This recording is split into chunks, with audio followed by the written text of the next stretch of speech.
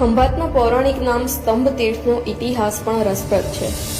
શંકર ભગવાનના પુત્ર કાર્તિક સ્વામીએ તારકાસુર રાક્ષસનો વધ કરવાની પ્રતિજ્ઞા લીધી.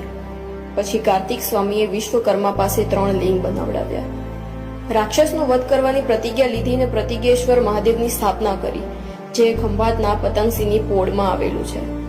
પછી કુમારેશ્વર મહાદેવની સ્થાપના કરી, જે ખંભાતના કોલમપાડામાં આવેલું છે.